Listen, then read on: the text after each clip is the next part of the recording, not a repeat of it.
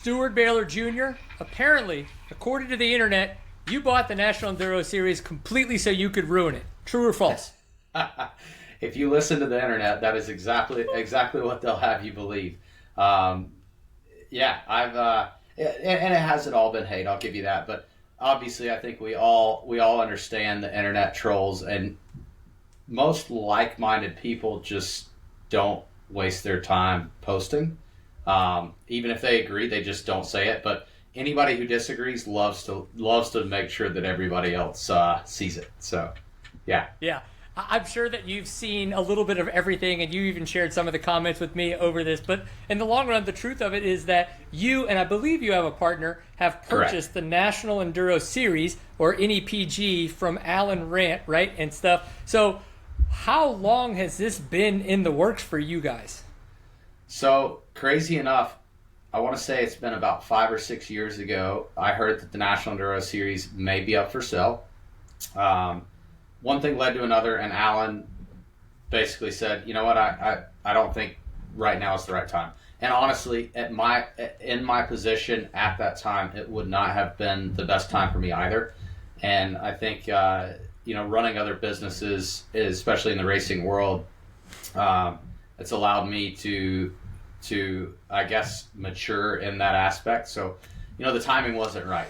Timing's everything, and I'll definitely say that had we done this 5 years ago, I would say it would not be. It would have taken over my racing. And now at this point in my career, I'm okay with it taking over my racing. And when did so I guess you asked how long it's been in the works. So starting back 5 years ago, they signed a new contract and went off the And market. is that contract, when you say signed a new contract, I guess that means like with the AMA to be With the the AMA, national. yeah, to be the national Okay, got series, it. correct. So it is the only national enduro series. There's not one on the West Coast. There's only one discipline. It's the oldest discipline that the AMA recognizes, and also just for anybody that likes a little bit of history, it's the only one created by the AMA board. So it has a lot of weight. With that said, it has deep roots, and a lot of it can't change. Even if there's great ideas for change, a lot of it can't change. So with our new position, I guess this has started close to 2 years ago now. We basically teed up the agreement middle of last season, and I had just signed a multi-year deal to race. So my racing career, obviously a little bit of overlap, and you're gonna, obviously people are going to question things. So technically, on paper, this year we had already purchased National Enduro. So obviously people love to find fault, flaw wherever they can. National Enduro, unlike anything else, it's not our crew. It's not my crew putting these races together and then me going and competing. It's clubs. So it's a really cool dynamic. And there is no track walking. There's nothing that creates an advantage. And for anybody that does ask a question of, well, Stu owns a race team. Yes, I do. This year, go look at what happened in Missouri. Yes, I did win, but everybody else on my team got penalized because of that section that was thrown out. It affected Rachel. It affected my brother. It affected Nick DeFeo. It also affected my brother long run in the championship, moving him from second to third. So if you see that, like, we want it to be straight. I do have, and I want to open up by this because I know that people will say it's an unfair advantage. If you know anything about National Enduro, it isn't. Honestly, if my mind wasn't worried about the details of the series, I'd probably be a much better racer on Sunday.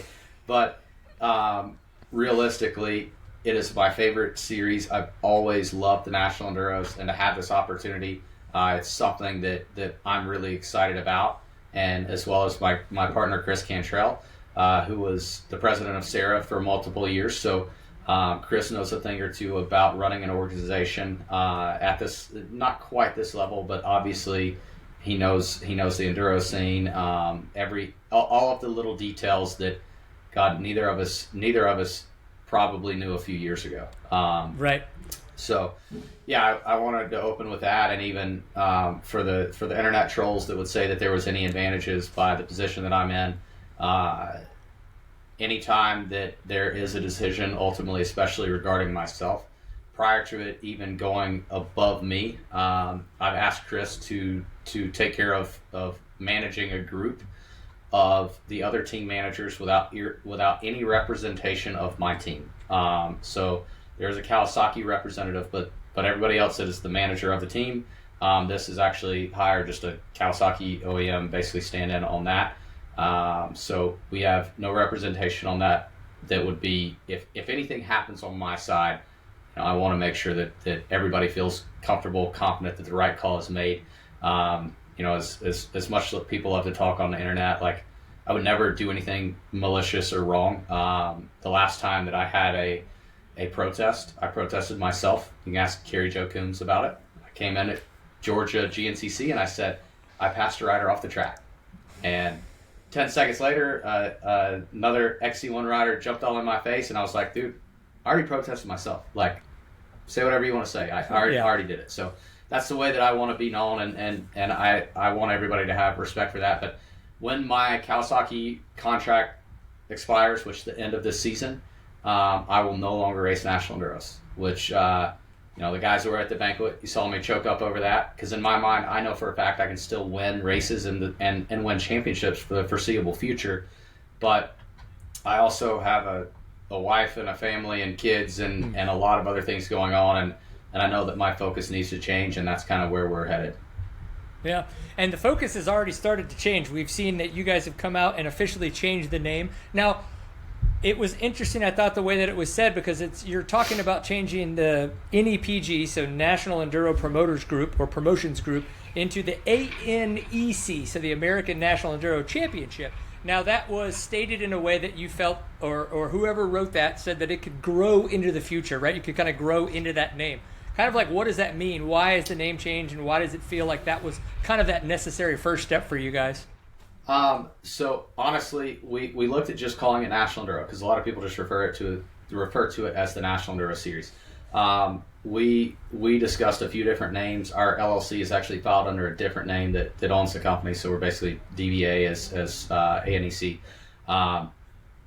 So the reason was actually brought up by Chris, and it made a lot of sense with the way that he discussed it with me. Is there's now multiple, and there always has been multiple forms of enduro racing, but you look at what enduro racing is in Europe, it is completely different. Sorry, my lights dropped. I'm in a dark room. We've got another day high. So that's your OnlyFans room, right? That's where you film. Exactly. Yeah, the toe footage. So, we wanted to change the name to represent what it was. And obviously there's now Sprint Enduro, and it's different names. The U.S. Sprint Enduro, there's some Sprint Enduros that have happened all over the country now. I think J-Day did some Sprint Enduros. And then you have World Enduro, and it's, again, a completely separate discipline. So from the outside, the way that the American Enduros is completely different than any other series in any other country. And I honestly didn't think about it until Chris brought it up.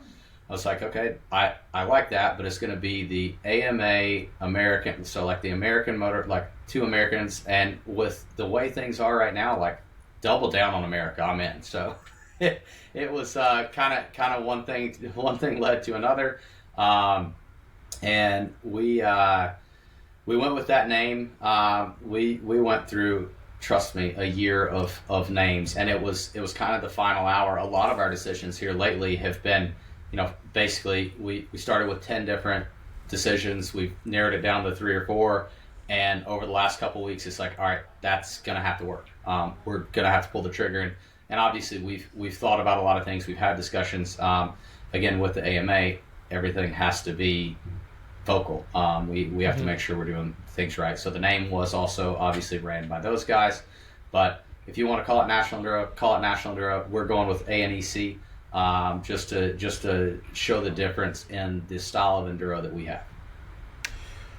Now the schedule is out for 2026, and it looks like some of the races that we have for 25 are not on the schedule, but I see some new ones too. I even texted you. I was like, Rhode Island, like, what is trail like even in Rhode Island and some of the other places around New York? So, like, how did that schedule come together? And I would say please talk people through a little bit of some of the craziness that you've had to go through, just so the internet haters and commenters have a little bit more fuel for the fire, I guess you could say. So the schedule so far, and I pray that was the most difficult part of everything, because the schedule has been by far the most difficult part. I mean, I just can't see anything that could be harder than what we had to go through. And it sounds crazy. Like if you were to tell me this a year ago, that the scheduling would be the most difficult part, I would say you were insane. After dealing with it for 3 or 4 months, kind of basically myself and Chris and my wife and friends and all of us trying to reach out to any enduro club that we could think of. And then I saw somebody put on the National Enduro page where they talk crap on National Enduro. Usually it's National Enduro Riders or something, I think. An anonymous participant put up, "Where would you like to see races?" And I was like, this is perfect. And I went through and I found random people, and my So wife what you're tracked them saying is down. that wasn't actually you on Facebook as an anonymous AI agent or whatever was named? No, it wasn't. Because when I saw that, I was like, oh, look, Stu came in and anonymously asked the great question. The first thing I did is I texted Chris and I said, "Hey, did you put something on Facebook by chance?" And he's like, "No." In what regards? And I'm like, "I didn't put it up there." So, yeah. That's funny. All right, awesome. Well, thank you, anonymous person. It ended up with giving some good ideas, and a guy named Brian from New York got tagged into it. And I saw mutual friends, a buddy that I grew up racing with, Tim Murphy. I called him. I'm like, "Hey, who is this guy? Does he want a National Enduro?" Because we're screwed on schedule. So I guess to backtrack a little bit from that, our schedule was very similar to this year prior. GNCC's schedule was very similar to this year prior. Carrie Jo gave me her tentative schedule, and we worked kind of hand in hand on that. I can't compete with GNCC, and I'm not going to. But what I did want to do is try in certain areas to make it to where teams or the pros, and I know people think about this very one-sided. I'll get to that later on the pro side. I wanted to make it to where we could get the semis back in the parking lot. Not for me, like genuinely not for me, but with me. I remember when I was a kid and why we went to the Nationals. My dad took me to the Nationals to see Randy Hawkins and Jason Raines and Barry Hawk and Rodney Smith and Shane Watts and you name it, the list goes on, in their factory semis. And I think that's a big part of it. So we thought, hey, if we can try to be somewhat geographically close, maybe follow the GNCCs. So we picked our venues based around that. Our schedule was pretty much locked in July. In August, I get a phone call from the AMA and they say, "Hey, bad news." Like, what? We've got a blackout during October. I'm like, "I've got 2 events in October." He said, "I know." So at that point, I started scrambling. I really didn't know what I was going to do. I was talking, like, Chris was scrambling, I was scrambling, Jade was scrambling, and we basically tracked down like the president of NETRA, the president of ECEA, the president of SARA, which obviously Chris knows. We tracked down a lot of these bodies and tried to figure out what events have enough parking for National Enduro that is on their schedule, and would they be interested. And then came the chaos of GNCC now had to change their schedule as well. So I based it on their schedule, and I built a new schedule. I keep saying we built a new schedule. I usually do try to reach out to the clubs, not to sound arrogant in any way, but when Stu Baylor calls an enduro rider, they usually answer. And I definitely use that weight a little bit to carry myself into some of these clubs and positions. And, you get one of 2 responses. But the good thing with clubs is they are nonprofit, volunteer work. So they can tell me to F off very quickly because it doesn't matter to them. Like, if they can't move their date, and I say that respectfully, like, they were usually nothing ended in bad terms, but it was usually, hey guys, where I'm at with it is I can't do this, I can't accommodate this because of X, Y, and Z, or hey, I know you want this date, but we can't do that date. We can do the weekend before or after, and I'm like, that's a GNCC before and after. I can't do those dates if I want the teams there. So we just went back and forth and really chased our tail, and finally, about 4 weeks ago, I called 100 clubs, and like not kidding, like 100 clubs, and I was like, these are the dates I have to offer. The NETRA president got me hooked up with a guy in Rhode Island. They didn't even have a name. He's like, we've done these awesome trail rides. We had an awesome enduro here. We've got the parking. We've got everything that you need. I don't even know what we want to call it, and it's an odd deal. But I really wanted to be in that area anyway. I wanted to try to shoot for one round in New England. We ended up with two, which travel-wise is odd. But if you see Facebook, most people say we're not a national because we don't travel far enough. I'm looking at it as trying to put a crew of people on the road, and our farthest two rounds are 24 hours apart. I can drive to California in 24 hours, okay? From South Carolina, East Coast. I can drive in 24 hours, I can cross into California. So, in my mind, I'm like, how are we not a national? And yes, we even did talk to clubs west of Oklahoma. We in my opinion, as a racer that's done the series my whole life, the coolest schedule is when we did Wyoming and Marquette in the same year. Like, dude, how many times are you going to go to those two places? And a lot of people, it's crazy. So National Enduro's following's fairly small, but a lot of people use this as their vacation. This is the way they see the country. And to me, I would never go to Marquette, Michigan. And now, like, my wife and I looked at homes there. Like, we looked at vacation houses there. Like, it's a beautiful place. Wyoming, not so much. I could definitely go deer hunting there, or what deer they have, muley deer and antelope. But outside of that, like, I would never go through those places. Arkansas, where we raced last year. Like, why would you? I didn't even know Arkansas. Arkansas's flat with rice fields and swamps. Like, and we raced in the mountains that was full of rocks. So, like, to me, again, when looking at the schedule, it is really cool. It has a lot of new places. We go Oklahoma, which I hope will hit that TSET crowd. I know you're a Texas guy. We worked on Texas, and actually, I know you and I have talked about Texas. The dates just did not permit, and a lot of the Texas venues don't have the parking. So I flew to Texas, and I looked at places. I flew down. I think I talked to you a little bit about it. We flew down to Freestone. They have 1,500 acres there, and we tried to talk to some of the local farmers and stuff to see if we could come up with the land. It just didn't work out. We tried to do Barnwell, and as you know, I know you've ridden there. I think you post a helmet cam that actually your helmet cam is what I watched about Barnwell. Looks like an awesome place. We would love to be there, but the schedule just didn't permit it. And there are certain clubs that just don't move their dates that we can't leave. Sumter, we can't leave Sumter. And it's not even just for the money. I mean, that's the history, but it is one of our biggest events.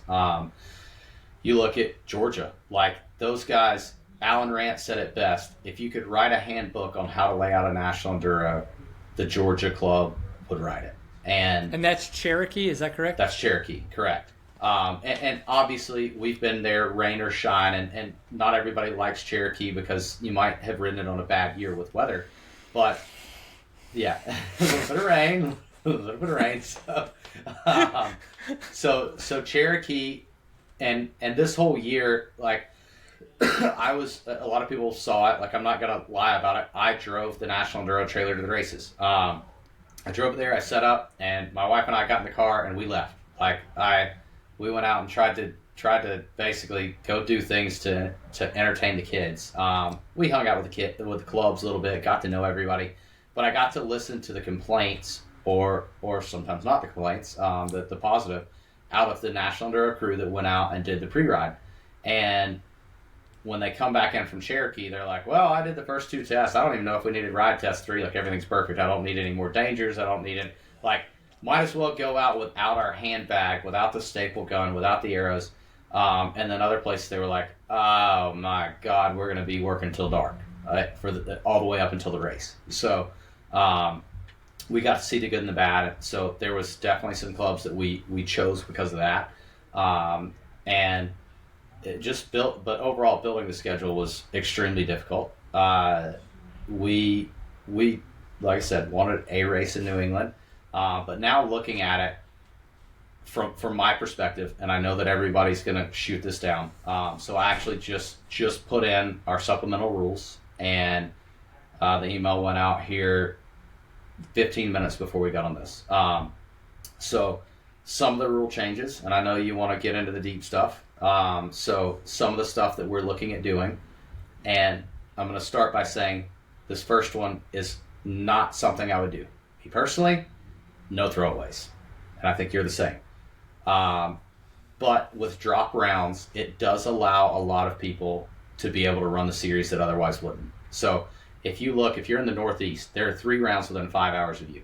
Now you just have to find 3 more to go and do the series, because we're going to do 4 drops. So that's 10 rounds for the year, and what you're saying is that there's going to be 4 drops. There will be 4 drops for the majority of the classes, outside of the A classes.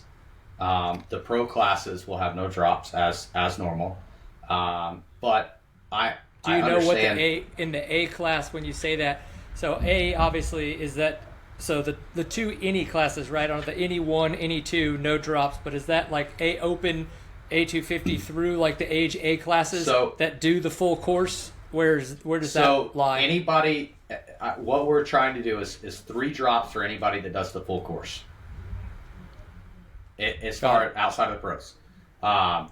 So let's say your class, you would get 3 drops. So in your case, you would have to find 4 rounds. But let's say you're from New England, you've got 3 close. Hey, Sumter, it's good weather. It's still frozen up in New England. Let's go down there. I'm hoping that it will allow more people to engage in the series. And, with all of these changes, I guess before we go too deep, I want to say, if it doesn't work, we can always go back. But that's not our intentions. We want to make it as good as possible. And Alan has laid the foundation out for us to take over with this new group and make it phenomenal. We kept on all of the guys that previously were with Alan. So Brock Hepler, the helmet cam, Dan, who you guys see at sign up, Blake Polonsky, my old mechanic. Like, the crew will still be there. We don't want to change enduro racing to the core. We want to add to the experience. And adding to the experience may take away from some, and we understand that.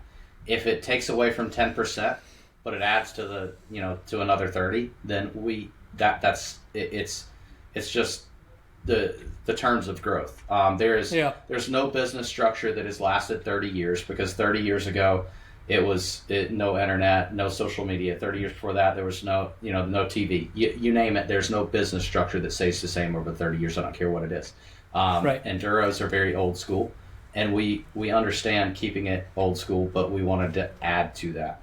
I think, some of the changes, like, my biggest thing is like to that is how can you, and again, that may be an over time evolution as well, but how can you provide value to the racers that do the entire series, right? That's because something that you and I have had a talk about. We're and I really think that's thinking where about it's this. like at the beginning of the year, like we've talked about buying rows, being able to have that, so that way there's a little bit more like, hey, I'm going to do the whole series, I want to buy this row, but then at the same time, like, what is it that someone could say, man, look at that schedule. I've never ridden in Rhode Island, but I live in Texas. That's a 30-hour drive, whatever it is. But it's like, but because if I go to all the rounds, I get X, Y, and Z from the National Enduro or this extra value add to the series, like, it's worth it for me to, like you said, make it a full-blown vacation. Now, if you start having 2-day, Saturday and Sunday races in there as well, obviously and I understand there's an evolution to all of it.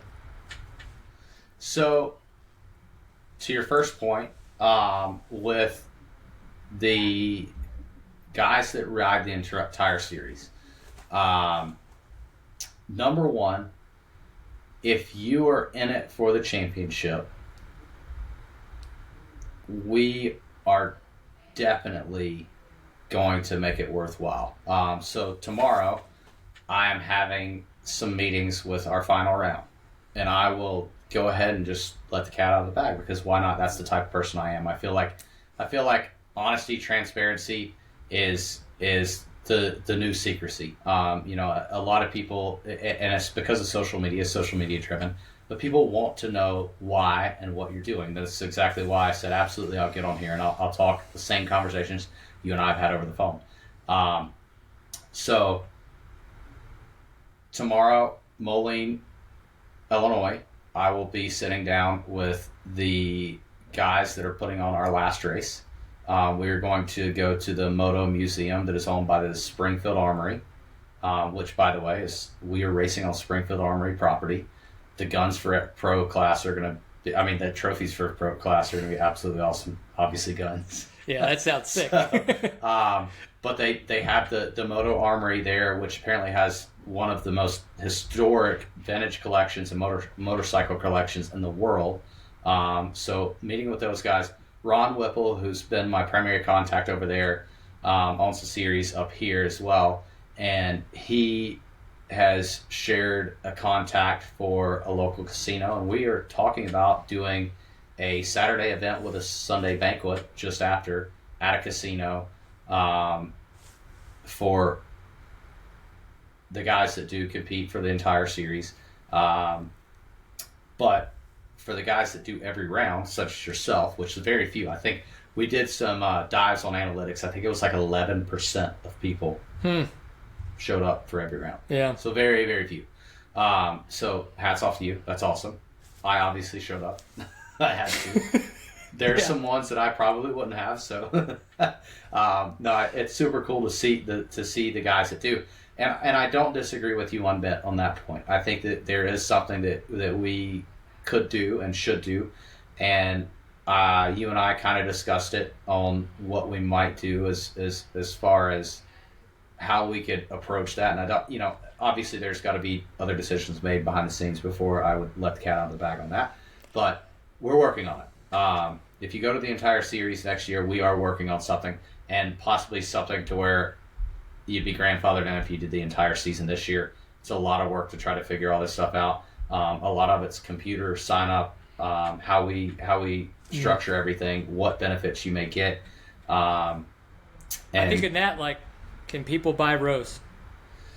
So I've been asked that a lot.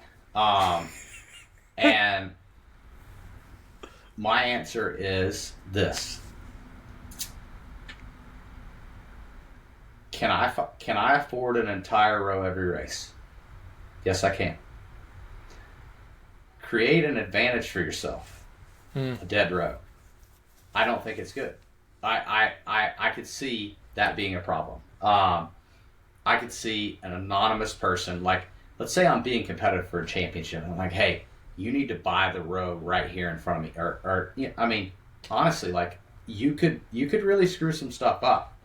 So I don't know how that would work perfect in a perfect world. And I'm just saying, in a perfect world, I'm trying to figure out, obviously now in this position that I'm in, I can see so many positives, but what's the mirroring negative? And that's one of the things that scares me.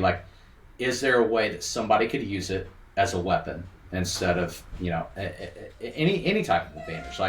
So we looked at, okay, well, maybe you could buy a row for yourself and only put 2 rows out for the guys that we know they're going to run the entire series, or at least for a championship. They could go and buy the row for the year, but only do 2 per row, and the other 3 go into a lottery. We've definitely, because you're not the first to ask this question, you won't be the last, and I'm sure after this there will be other people with other ideas on the National Enduro page, and that's fine. And we do see that stuff. So don't think that we see this. And sorry, I got reminders for everything. So absolutely, we do see the stuff that you guys put out there. And we see the emails, we see the people that actually, if you really think it's a great idea, I do recommend you email it, because Facebook comments usually, I'm sorry, it's most of the guys are just trying to fight. So But if you have a really good idea, like, we are genuinely open to it. I don't want to say that we're closed. We do have to look at anything that, like I say, could be weaponized. And that's, that's the only downfall to it. But to the second part of what you mentioned earlier, the 2-day events, since we're kind of on Facebook anyway. So I feel like that was another good question that somebody asked. It wasn't an actual anonymous person, but it was somebody that was like, so what do you guys think about these future 2-day events? And it was just like, I was like, I'm pretty, so like, it got out completely different from what we intended for it. So what we do want to see, and we're going to try it this year, it will be attempted this year. And we will put it on the schedule as to what rounds. And I know people will say, oh, well, we have no information. Well, you don't even know where GNCC's racing at. They're a lot bigger than we are. Like, they have multiple TBAs. So, like, there's your comparison. As the club's told me, F off right now. We're working on it. I promise. There's a lot behind the scenes that we got to take into consideration. So, as long as the AMA likes or will entertain our ideas, we want to try 2 events this year that will be 2-day events. Now, what this means is they will not be Brian racing 2 days, me racing 2 days. It will be 1 day with a different split. This will basically be the H classes and the C classes on a separate day. You would be on Saturday. And the first thing that, obviously you're going to think is, shit, I might have to leave Friday and drive through the night to race on Saturday. How's that going to work? On the flip side, you probably drive half the day on Monday on the long travels anyway. So it's like you're giving up some on Monday or some on Friday. It shouldn't affect too much. For the majority of our riders, which are the H classes and the C classes, nothing will change. They will race on Sunday at the same time. For the guys that are competing in the championship, they would race on Saturday. We would be able to shorten the resets, not significantly, but let's say we could take 10 minutes out of everyone. We can shorten the day by 50 minutes, and we know that we can do this because we don't have to accommodate for those other classes. On the other classes, we can shorten their day as well because they don't have test 6 or 5. So right. We can shorten both days, so the club's overall workload would slightly shrink. We're taking youth racing to a hare scramble instead of the enduro format because it did not grow at all. And again, these are all proposals, but most of them I think we're pretty solid on.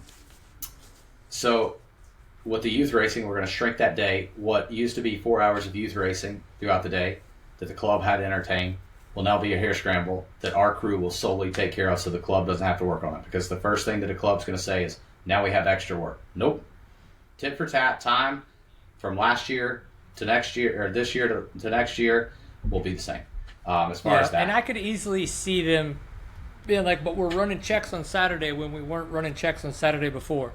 And I see what you're saying, though, too. Well, no, they were because of the youth enduro. So the youth enduro had checks. Right. Yeah. I guess my gut reaction to that is like the bigger enduro is probably going to either be further away for check-in and check-outs unless your plan comes to fruition where everything comes back and starts in camp and comes back to camp. Some of them can probably work for that this first year. Some of them may not be able to. So I can see where they're coming from in the sense of like, well, now absolutely. We're running a national enduro 2 days instead of 1. Absolutely. And it's kind of like, it's like yes and. It's like a day and a half versus like, because to what you said, if they do the majority of the 6 days, or if we do the 6 days on Saturday, 6 tests on Saturday, and then the 4 on Sunday, then yeah, like it's going to be less on Sunday, but it still has to be run. Yeah. So right now, like our youth enduro is taking over 3 hours to run plus your hour out. That's a long time. So let's say we can take 50 minutes out of the day and 2 hours out of the day on Sunday. And we limit the rows, instead of going well over 100, we limit the rows to 90 on each day. And now your overall time, if you put it at 90, I've already done the math on it, if you put it at 90, and this is just based on the average of the last 3 rounds. So if you put it at 90 rows, and you make it to where you can take 50 minutes out of the day out of the schedule on Saturday and take the 2 tests out of the day on Sunday, now you're right where you need to be. We're going to get some complaints about, oh, well, now we're getting to ride Clap Out Trail. There are less tire tracks going to be run with 230 average riders in 2022. That was just a data that I pulled. 2022 was actually bigger than this year. So with 230 average riders that will be on the Saturday event, right, there is less riders around the track at a National Enduro than the first lap of a GNCC that has already been hammered out by 12 hours of quad racing. Yeah. So a National Enduro, and if you guys have ridden National Enduros, you understand you're probably riding the same trail last year as you did the year before and the year before that and the year before that. They don't get that rough. It's just, it just is what it is. So honestly, you're unless getting it's more Sumter, marked in. dear God. I don't know how they do that. What is going on? If it was up to me, we'd have 15 milers in Sumter and Maplesville every week. I like the gnarly. Hey, Maplesville was awesome. It felt a lot like Sumter, but they broke it up just enough so that the long whoops breaks on whoops was like they shot us off into some good single track between whoop trails where Sumter was just like whoops in trail, and it's like, what is happening? So as some of you guys probably know, we hired Corey Butcher, longtime enduro fan, multi-time pro champion or pro racer. He is on it already. He sent me some pictures, picked up a 40-inch wide skid steer with a 6-way blade, and he has an answer for some of these clubs. So in addition to what we can do for the clubs with having more guys on our staff, we're hoping to be able to clean up some, not all. We can't do 50 miles every week. Some, not all, of the trail. Help rehab the worst spots so that we don't see that in the future, because our average age at National Enduro, the last stat we pulled for adult racing was 50. If it comes to me as a competitor, give me 6-foot sand loops and 15-mile sections. I'm tougher than anybody, and I'm just going to say that loosely. If you want to argue about it, you can, but nobody else has my psycho stats, and it's only because I'm insane. I'm not smart. Don't do it. I don't even know that I'm tough. I'm just dumb. So, but I like to suffer when it comes to that. If I want to go ride my dirt bike, I don't want to ride Sumter in Alabama. Like, I'm sorry, I don't. Those are like, if I want to go ride my dirt bike, I got a buddy, Alan McKinney, that has some awesome property that doesn't get ridden very much, that is perfectly smooth single track, 18 miles. He's got 6 3-mile sections, just enough to get your heart pumping, and then you get a break. That's my fun riding. I think our average age would say the same. So when you put the majority into what we put them in, I think that being able to rehab some of these trails will go a long way in the future. So it's something that we're trying. And again, this is all stuff just trial and error. If it works, great. Yeah. If it proves to be an absolute pain, then hey, you know what? We can revert to the exact way it was done, because, like I said earlier, Alan has paved the path for what we can do and what we're capable of. Yeah, and I think what I like about that, again, you're asking more of the clubs. To some degree, especially as this starts to figure itself out, right? It's not all for 2026. It's kind of a little piecemeal. But what you're talking about with the skid steer and potentially being able to do some of that, just like we were talking about with the racers, you're starting to be able to show them how you can add some value back to their effort. And I think that those are the little things that can go a long way. And as dumb as it sounds, those are also those little moments that are great for social media and emails and crap like that, to show people how the American National Enduro Championship is giving back to the sport in maybe ways that other organizations aren't. And that can be a reason for some people to support. But man, that average age is crazy. 50. Yes. Now I'm 46, so unfortunately I'm a lot closer to that average age of 50 than I want to admit. But here we are, right? How, with the things you're talking about, like how do we get younger riders to either try an enduro, care about enduro, show up to enduros? I wish I had the answer. This is something that prior to even where I'm at with National Enduro, I sat through multiple meetings. I've sat through meetings with Citra, Sarah, talked to other clubs, other bodies, the other series, and I honestly, I don't know. I don't know the best way, but what Chris did with Sarah was really cool. The new president is, I don't even think he's 30 yet. And what we saw with Sarah a few years ago is a lot of gray hair as far as the decision makers. And I sat through the Sarah meeting a few weeks ago, and everybody behind on the other side of the table was probably younger than I am.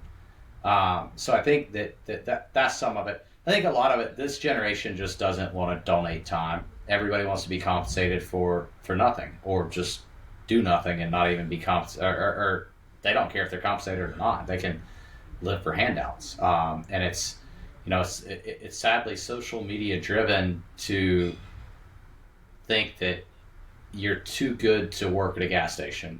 Outside of Buc-ee's with their $250,000 salary, I look at that sign every day, every time I go there, and I'm like, damn, should I? It's a lot easier. But no, I think social media, a lot of jobs just aren't cool, and volunteering your work to go sweat is just not a thing anymore. Talking to a lot of these clubs, these guys, if our riders are 50, the clubs putting these on, the majority of them are 60, 70, and 80. And I'm not joking with that. These guys are almost to nap time. Sorry to the club members that will watch this. You would admit it and laugh about it with me, I promise. Most of them would. Oh, I could use a nap. I get it. But no, overall, we want to make it to where it's easier for those guys. But something that we're trying to work on behind the scenes is you guys are going to see 2 events this year that were not clubs before us. We are going to originate 2 clubs. So kind of giving back to the sport. One will be at Farm 14, and one will be in West Virginia, in Beckley, West Virginia. And these were not riding clubs. These were places that our name as National Enduro got a foot in the door, and we are going to create some clubs. And by all means, looking for volunteers. But Corey and Blake, I've been on the bed for the last few weeks, or in California, and I have not been able to even talk to them hardly. But I know Corey and Blake have been traveling. They spent 10 or 12 days in West Virginia. They leave, I want to say this Saturday, to go down to Mississippi, and they're trying to come up with basically the foundation for the trails. Where we want them, how we want to bring them back to the parking lot, how it's going to look, and from there, try to create a club with some guys in the areas that are interested in helping with the trails, helping with the maintenance, and helping with the weekends. So West Virginia, man, it was a hit. To my knowledge, we've never had a National Enduro in West Virginia. I had some people try to dig on that. We couldn't find anything yet. Obviously, with the National Enduro Series starting in the early 1923, there's not a whole lot of history that far back, so we don't know. Yeah. But outside of Blackwater, which I guess is kind of similar to an enduro, but we can't find anything about a national racing in West Virginia. So just with those guys up there, Corey got back and he was like, dude, there's a group of guys that, man, they were like our savior when they came in. They knew the trails. They're going to come help out. They already rented a cabin to be there to help out for the weekend. So our guys with National Enduro are actually trying to create new clubs. And as I'm sure you know, and a lot of people do know, clubs are dying. So while I think it's for all the reasons that you've said. And I'll admit that for sure. I grew, growing up in Louisiana, being there at the Louisiana Trail Riders outside of Fort Polk, very close there to the Acadiana group. I went there almost every other weekend with Dad. You know, he's the one who drove us, and we did the work. We rode a little, we did some work. We rode a little, did some work, and that was just how we grew up doing things. But now that I'm in Texas, there's very little land that has that. Now, granted, you were talking about the 67 and 80-year-olds that put on events. The Red River Dirt Rider Enduro we just had, that's exactly who that was. You know what I mean? Yeah. And it's so hard for me. Now, that was a 69 racing mile Enduro? Is that what I read? 60 race miles, yeah. That's a long. That's a lot. Yeah, when I say that they kept endurance in enduro, yeah. Well, sorry but to cut you off on that, but no, what they did is very smart in a way that I think you'll appreciate with what you're trying to do. Everything started and ended at the camp, and we ran 4 test sections, and then we ran them twice, and they added and or removed from each test section. Right, so they were roughly the same distance, except a couple were a little bit shorter, and then that way they could kind of maintain that exact same spot like you desired all day. But it also changed it up just a little bit. But those were all the dudes that when I moved to Texas in 02 and started riding in 06, those were the guys that showed me how to handle Texas Enduro, and they're still 25 years later doing the exact same thing. And there are younger people, but I feel bad not being a club member on this property because it's not really an official club. They're kind of like doing this because that's what they're really freaking good at. But I'm also still kind of in my mind a racer. Like I am literally out there trying to be the better version of myself, right? And so it's so hard to be like, well, when do I give that up? When do I kind of have to like walk away from that mindset of like, okay, Brian the racer's now been the best he could be, which is whatever that is at 46. And then go, okay, it's time to give back. And some people, I think that's a little bit earlier to what you were saying, and some people that's maybe never or a little bit later. It's hard. And like it's a really hard decision to make. So here's something that I've seen firsthand, and I'm sure I will be guilty of it. I saw a racer retire and start trying to help out other people, other racers at a competitive level. And when he did, everything that he told his guys to do that he said he did was completely opposite of what he did. And sometimes I think our memories fog what we think we did. We think that we worked way harder than we did. We think that we did a lot more than we actually did. And I think that what we're running into in a lot of cases, and this is just my take because I've seen it firsthand, what they call the old heads of enduro, forget that they cut from 8 a.m. to 12 and then rode the rest of the day.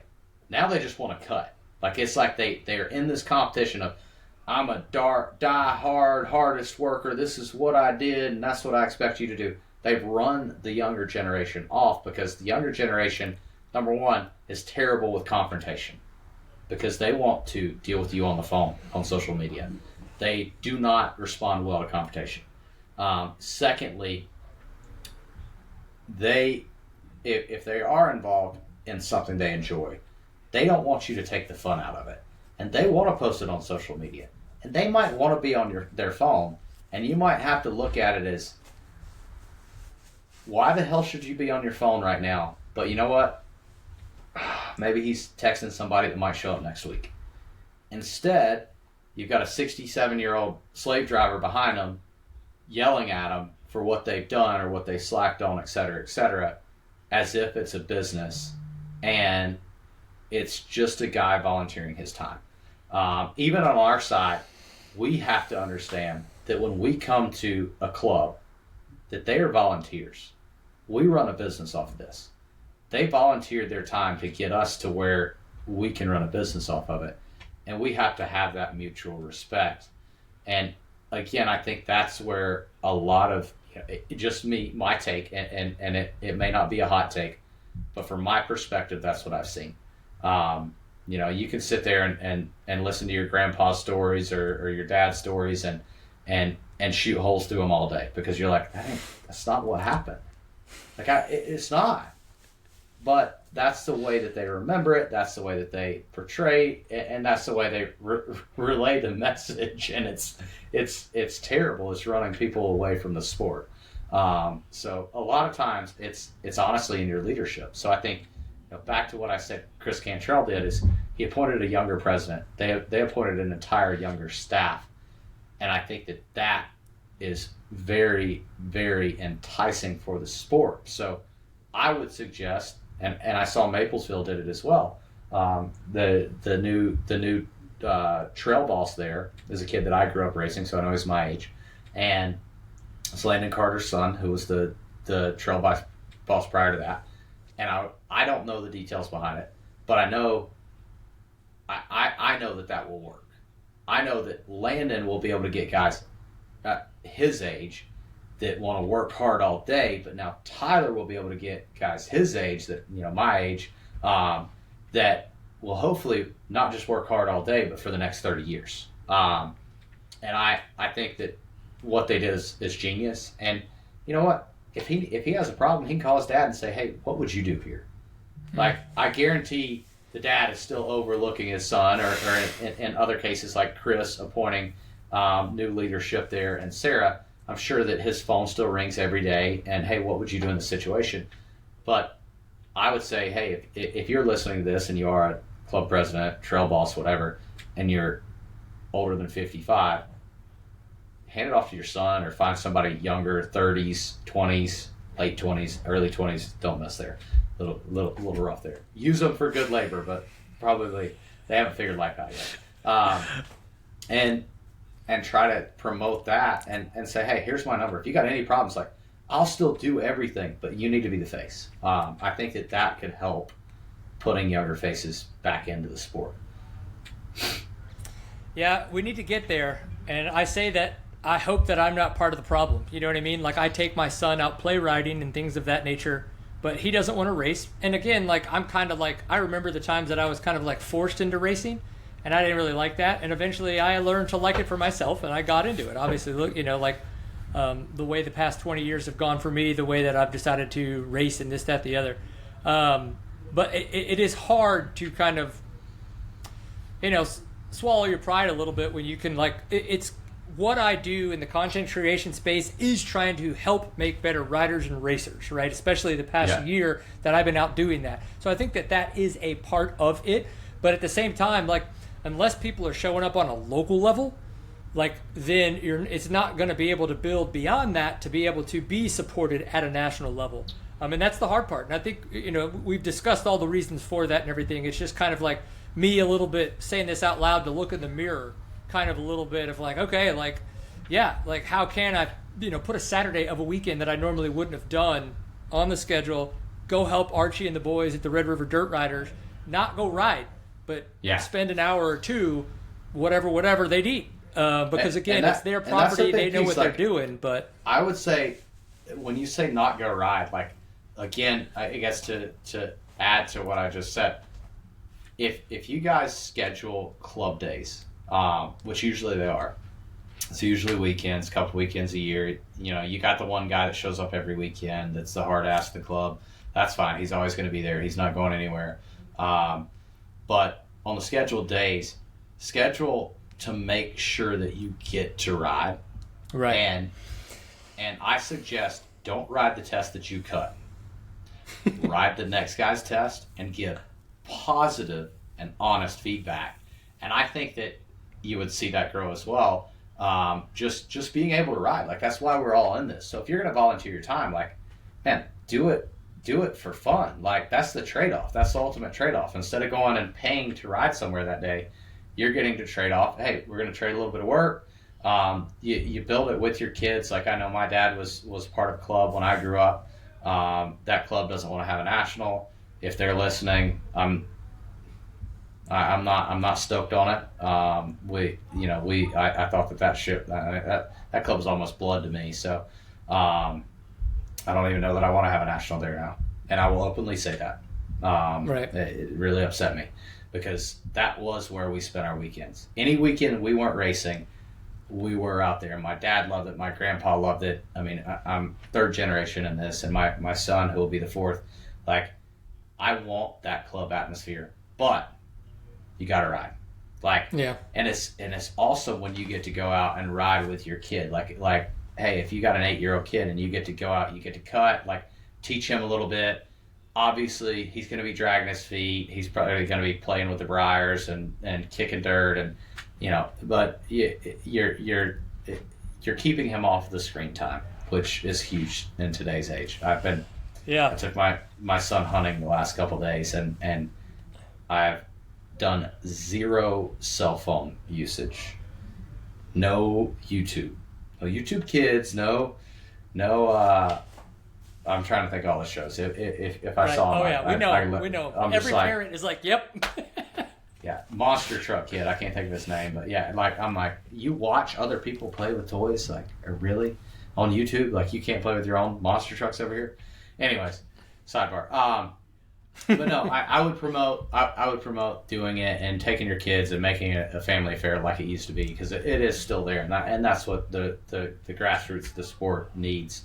And honestly, I'm gonna put you on the spot. Like, are you gonna help out with this new Texas club that's gonna be happening once I retire and I got a little bit more time to? Right. It's like, now. I mean, you're gonna have to. Like, I said it now. Yeah. I want to help out as much as I can, and that's the thing. It's like, as much as you can sounds like I'm already ready to put my foot in my mouth, but it's like, with the amount of money that was spent, and not on my own money, like, the subscribers went up, viewership stayed the same, and revenue went down on seat time. And by no means does seat time make a lot of money. A lot of this stuff is my own pocket, but the expectation, let's just be honest, was that by doing all the nationals and making some content, that I was going to increase revenue. Well, that didn't happen. Like, again, revenue decreased. And so I literally had to ask my dad, like, hey, can you help me out on all this gas money and stuff like that? Because, again, like, expectation just didn't happen. And so, can I do the nationals next year? Nope, because I already know how this year went, kind of a thing. But that's still not an excuse for, again, to your point of, like, figuring out what can I do at a local level. And if that is coming down for a weekend or organizing from afar, like, whatever that would be, to help at a local level within Texas for a national, like, absolutely. Even if I become some weird, crazy liaison of greatness, just to connect all the good people in the state around where you want to do it. Like, yeah, like, I want to see the kids and the younger people that comment in the videos, thanks for the content you create, it's helping me become a better, safer rider. Like, I want to see them continue to have that opportunity. Yeah. And if that's one of the avenues I have to take, that's to somehow be a minion to Steward Baylor Jr. in the American National Enduro Championship, I guess I got to sign up. It's definitely not like that. I would give you some guidelines of what we're looking for, but definitely I don't have the time to look over your shoulder. I know you know what a good race is. I'm just putting you on the spot right now. So I know you're not too far from the area that we're looking, and there's a couple other guys that might be interested in helping out there too. So it might be a new race that we're looking at there in Texas. But I'm gonna throw one more thing because I feel like your followers aren't necessarily all racers. You have a lot of grassroots riders. So in National Enduro, we have a lot of what you call unique entries. These are guys that only come to one event. They don't cross over to any other event, which is cool. They come to our nationals when they're in the area. Some of it is because they have to, because they're co-sanctioned. Some of it's because they want to go to that national in the area. Some of it's they're just a trail rider and they see an enduro in the area and it captures their eye. So for the guys that just want to go ride, and they don't necessarily want to go ride at wherever your local riding park is, because it may be two-way trail, or they might get hit by a side-by-side, etc. But they're willing to spend the money to go and see an event on a weekend, and it's not even really about the event. They just want to go ride with their buddies. We're proposing to put in a few non-points paying classes for National Enduro on the 2-day event. So it would happen on day 2, and it would happen at the back of day 2, and you would not be required to have a transponder. You wouldn't get a trophy, anything like that. The price would be less, and it would essentially be a trail riding class. Because I think there's a lot of people that go to National Enduros because they just genuinely don't want to come across an ATV, or not even National Enduros, Enduros in general. They want to go out and just ride. They don't care about that time. Like, there's classes with 60 entries, and the back 40 of them, they didn't come to compete. They wanted to go ride a marked trail and not see an ATV. Take breaks. Like, honestly, Enduros are an absolute blast for the majority of people. Like, I genuinely love the Enduro format for me. And I think it's going to add a little bit to the day. So let's say that it's you and your kid. Your kid likes to ride, not race. These are open classes within reason, obviously within the hour out time frame.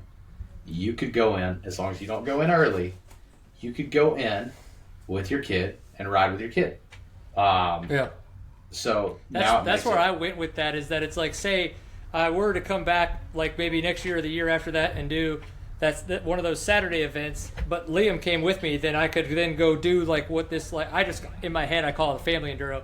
I could just go sign up again and ride with him on his class, because I'm going to be with him the whole time. It's not like I'm going to be, and I would get out of everybody's way who would pass me in that regard, because it's not about that on Sunday. It's about being with him for the ride. Exactly. Like, obviously I've got a kid that rides. My kid sucks. Like, he's not going to be anything. And I never promoted dirt bikes. Isn't he like 4? Yeah, but like, he doesn't. It's a little early. I mean, it is, but like, he's like, you look at like the Crew Russells and Jacoby Duvall, like a lot of these kids, like, they had it. Like, you knew that they were probably going to be something. Like Levi, he sings to himself while he's riding. He has his mom's kind soul, and my zero. Boy, I like it. He has none of me in him. Love him to death, but none of me in him. Right? Like, so I'm thinking, like, I genuinely enjoy riding with my kid, and I'm sitting here thinking, man, it would be awesome to have a class that I could ride with my kid, and not necessarily that I wanted to just free for all. Like, it's going to be, you can't go early, but we're going to try to put these classes at the back of the Enduro. So let's say there's 90 rows. At row 60, the last 30 rows will be designated for these fun run classes. And as long as you stay within your hour of start time, you will be able to continue racing for the Vortex. Yeah. I have to ask, because, and it's one of those situations where, like, a lot of, like, I could just stop talking about it and it would go away, and everybody's like, why did you even post about it in the first place? And I posted about what happened in Indiana because I wanted other people to be aware. I got, just like the internet does, you get a bunch of weird flack. And I don't even need to discuss the specific rider, just the scenario in and of itself. And it sounds like that specific scenario has happened to a lot of other people. And I believe at some point, when there are certain riders that become a detriment to other people on the trail, that someone needs to do something. And again, I am far enough removed to not be able to, I don't even feel like I should be the one to be like, this is what you should do, because I feel like I'm too close to it. But in the long run, it sounds like what you're describing is the right answer for that. But the problem then becomes, somebody has to decide when to put a foot down and say, I'm sorry, you're now here. You're now someone that we need to not put at the front of the Enduro, but we need to put you at the back of the Enduro. And it's not because we don't want you to come. It's not because we don't want you to experience the event, but it's because you're putting yourself in a situation that then actually puts other riders at injury or possibility of, like, causing other moments. And again, I'm trying to be very honest, but not deliberately calling anybody out, because again, it's not about one racer, but it's about the situation that unfolded in that scenario with a racer. Trust me. Like, so if anybody's watching and saw that Enduro, especially if you were one of the people that talk shit, which there was a lot,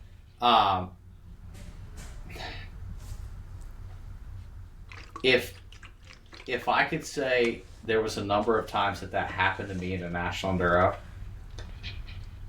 it's every event, and it's more than one. I have a run-in, and I would say every pro rider does.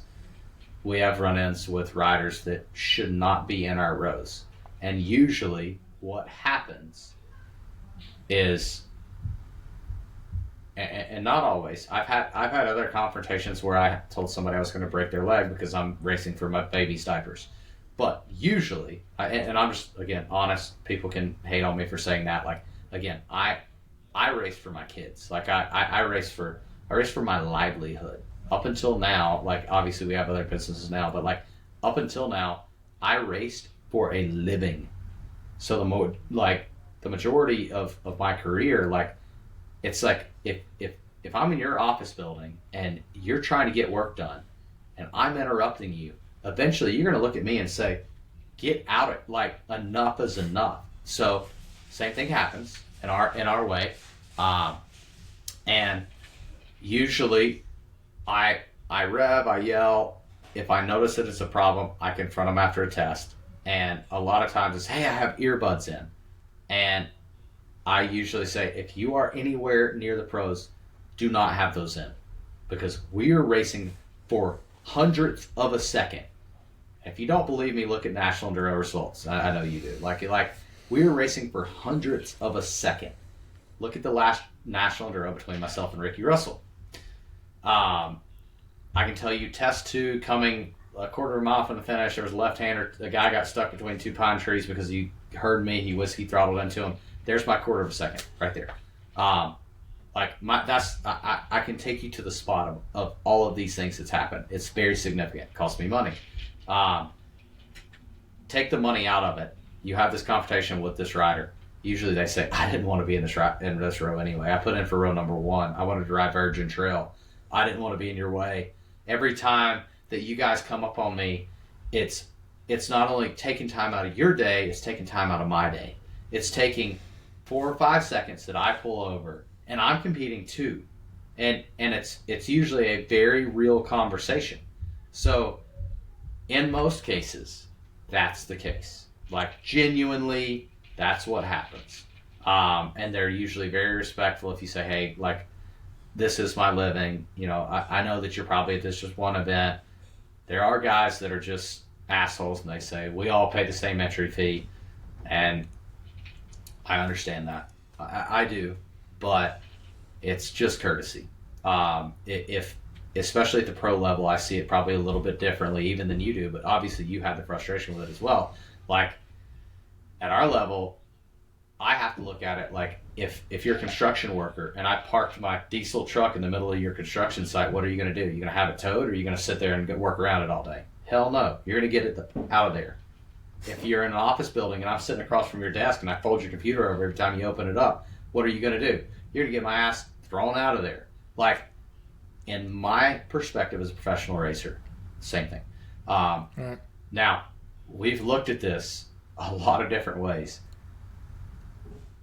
I don't think that you can create the perfect scenario here to where you do pre-entry and C's have to be row right wide. Is it like what happens is some people sign up early, some people sign up late. Those rows may fill up, or you're going to run into, like, some of our races have 60 riders in a class.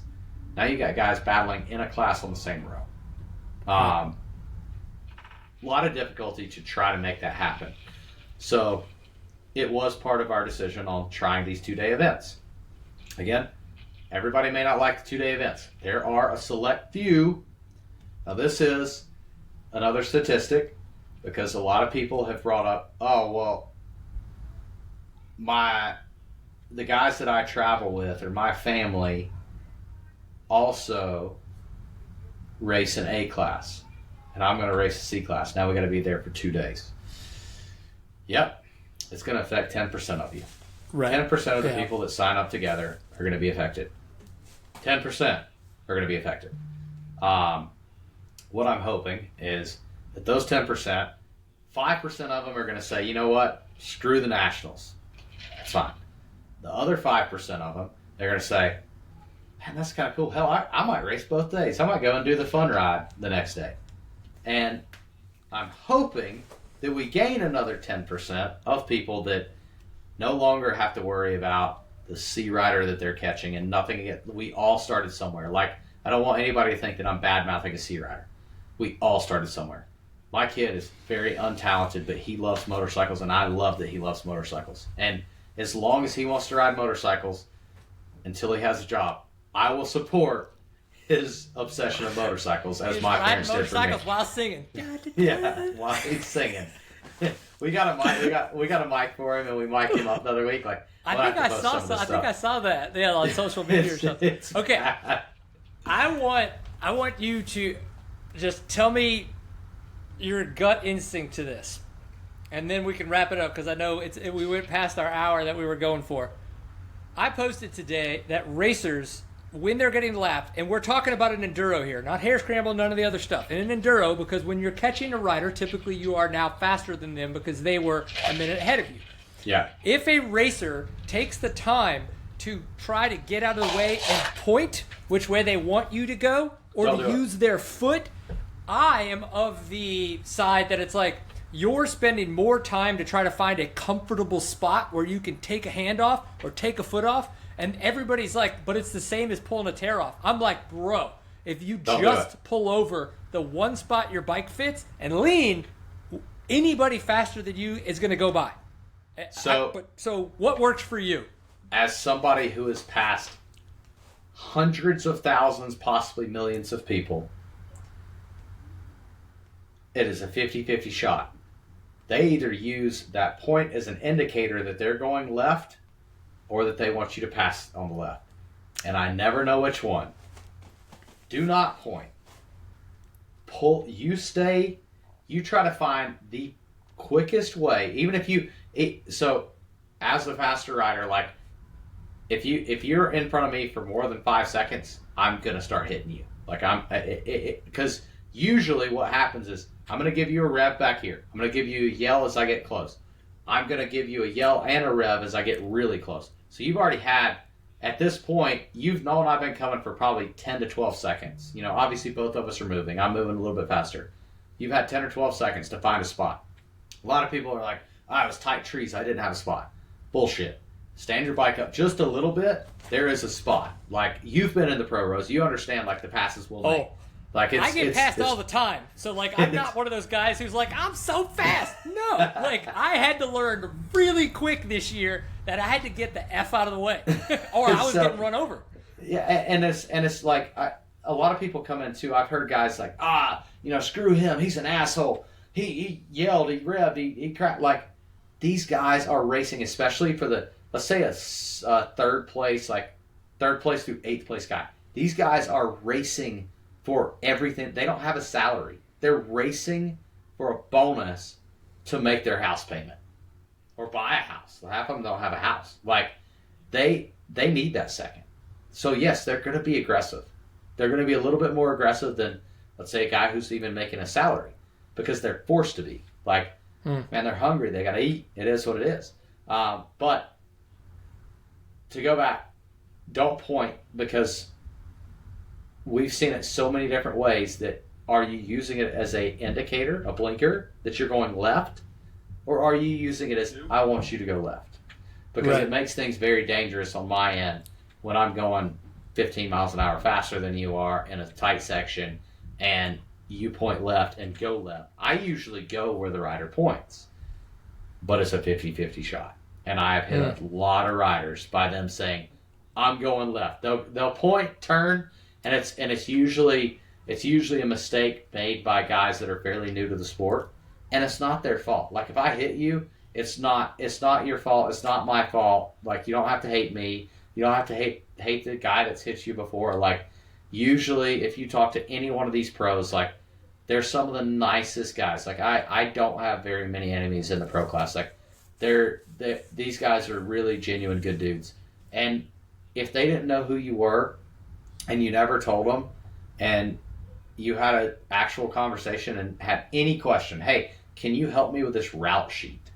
They would do it. Like, as a whole, they would all do it. But there's definitely a bad reputation in racing for it.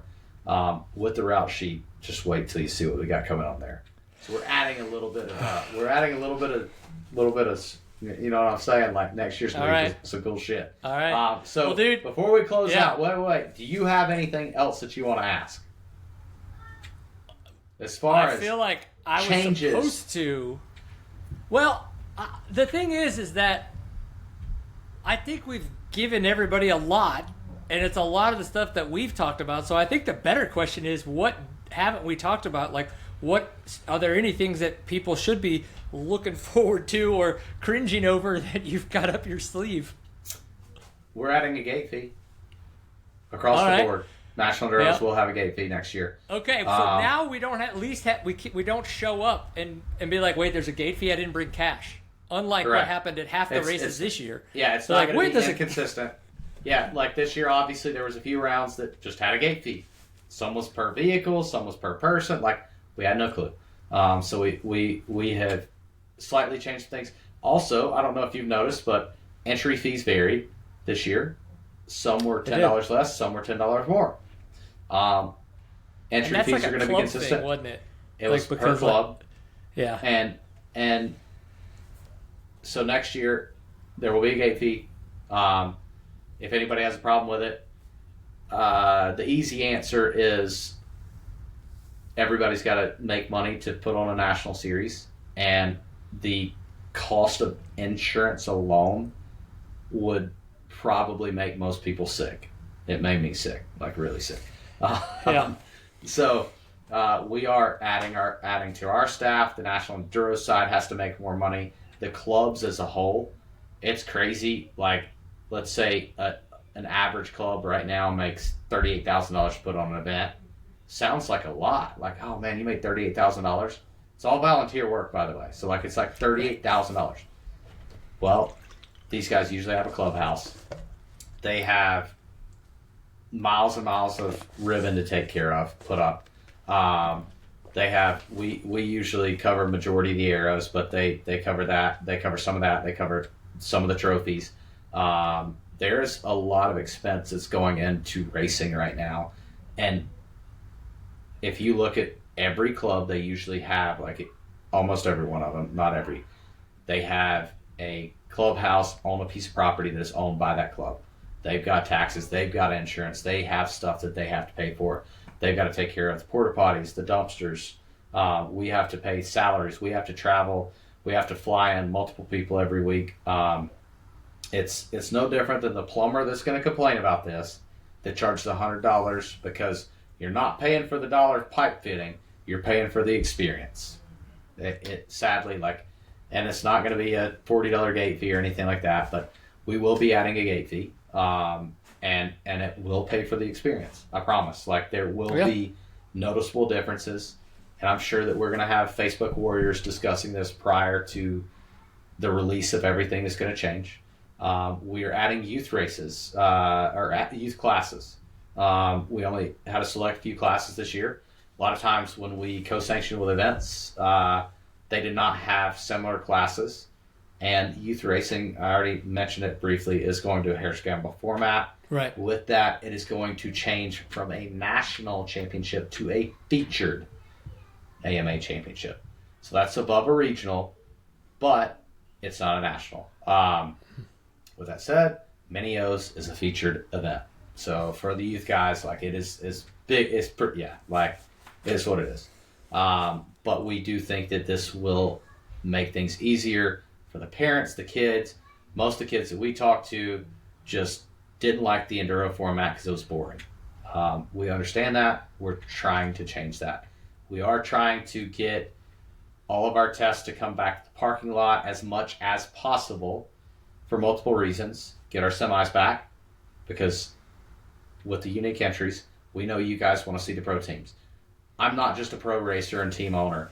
I was a fan and am a fan of the sport, and the reason we went to those races, the big races, was to see the pro rigs. It was cool. It's still cool.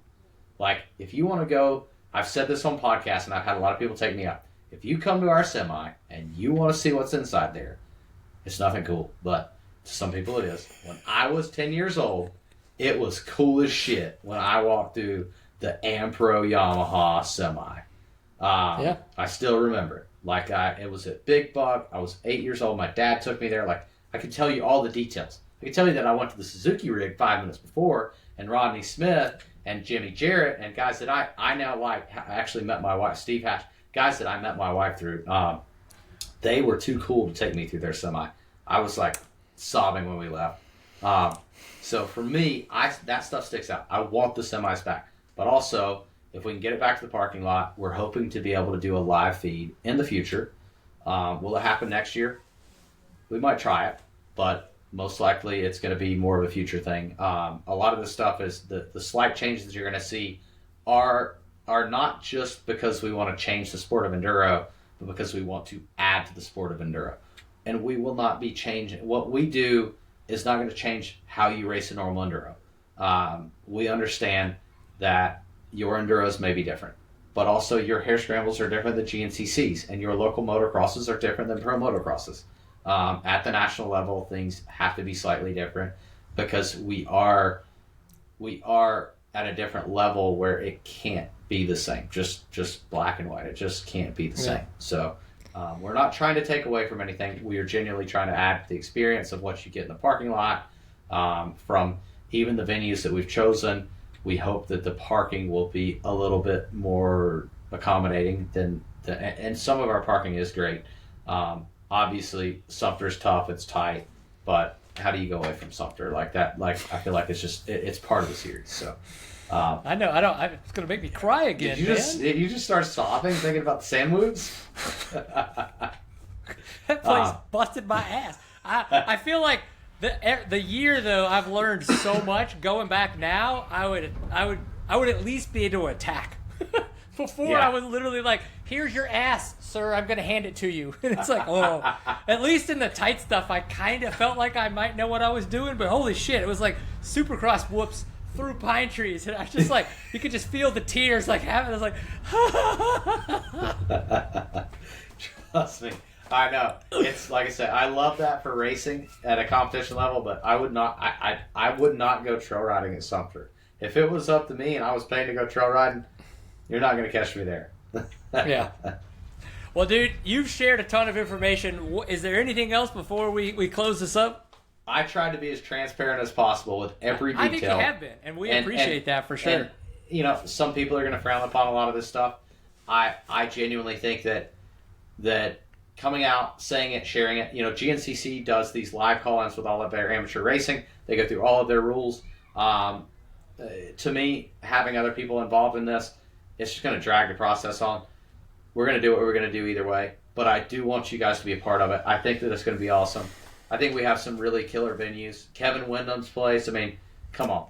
With an average age of 50, absolutely, you want to be there. The Springfield Armory property, Rhode Island, New York. New York, by the way, you might, I don't know that I could say this, and you might want to look into what they have at their finish line if you like to drink a cold beverage after the race. These guys really take care of their riders that are plus 21. Just really stoked on the venues. And honestly, we haven't seen the majority of these venues. We're going off of aerial maps and really cool people. So we met a lot of really cool people. And guys that are as stoked as I am on the schedule, that I really hope that everybody will be able to enjoy. Yeah, that's why I keep coming back to enduro over the years of a little bit of cross country, a little bit of mountain biking, a little bit of running this. Come back to racing enduros because it's just good damn people, and I just keep having fun. So I'm excited for it, dude. Like I said, unfortunately, I won't be able to follow the series next year, but I am going to be. The plan is to be in Oklahoma and Mississippi because, like you said it. Who's not going to want to go see Kevin Wyndham out there and ride his property? Absolutely. That's exactly it. The guy used to jump over me riding in Mississippi when we would ride at his dad's track. I'd be at a double and he'd be hitting the triple. And I think he was either on a 65 while I was on an 80 or something. Just phenomenal. So that'll be cool. Yeah. Man, I really appreciate your time. Thank you very much for everything you shared. And good luck with the endeavors going into 2026. Absolutely. I appreciate it. If you've made it this far, I really appreciate you guys hanging in there all the way to the end. If you're watching on YouTube, make sure you give it a thumbs up. If you're out there in the podcast world, listening to the audio only, make sure you go find us on YouTube and give us a subscribe. Looking forward to everything that is going to go on in 2026. Thank you very much, guys. We'll see you for the next one. Peace.